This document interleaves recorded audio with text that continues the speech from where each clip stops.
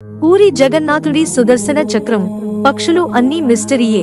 పూరి జగన్నాథుడి ఆలయం వింతలు విశేషాలకు అడ్డా అని కూడా చెప్పవచ్చు. ఇక్కడి శ్రీకృష్ణుడి మహిమ ఏంటో కాని స్వామివారి ఆలయంలో వింతలు విశేషాలకు కొదువలేదు. ఆలయం పైన సుదర్శన చక్రం ఉంటుంది. ఇది 20 అడుగుల ఎత్తు, 1 టన్ను బరువు ఉంటుంది. దీనిలో వింతేముంది అంటారా? పూరిలోని ఏ మూల నుంచి చూసినా కూడా ఈ సుదర్శన చక్రం మనకు దర్శనమిస్తూ ఉంటుంది. అసలు ఈ సుదర్శన చక్రాన్ని ఎలా పెట్టారనే విషయం ఇప్పటికీ మిస్టరీగానే ఉంది. మనం ఎక్కడ నిలబడినా మాత్రమే కాకుండా ఎలా నిలబడినా కూడా మనల్ని ఆ చక్రం చూస్తున్నట్టే కనిపిస్తుంది. మరో ఆశ్చర్యకరమైన విషయం ఏంటంటే ఈ ఆలయంపై నుంచి పక్షులు కాని విమానాలు కాని ఎగురలేవు.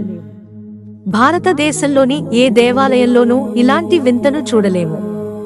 కనీసం ఒరిస్సా ప్రభుత్వంలో ఫ్లయింగ్ జోన్గా కూడా ప్రకటించలేదు. అయినా సరే విమానాలు ఆ ఆలయం పైనుంచి ఎగురలేవు. అయినా సరే పక్షులు కూడా ఎగురవంటే అదంతా కన్నయ్య మహిమేనని అంతా అంటారు. ఇది ఇప్పటికీ మిస్టరీయే.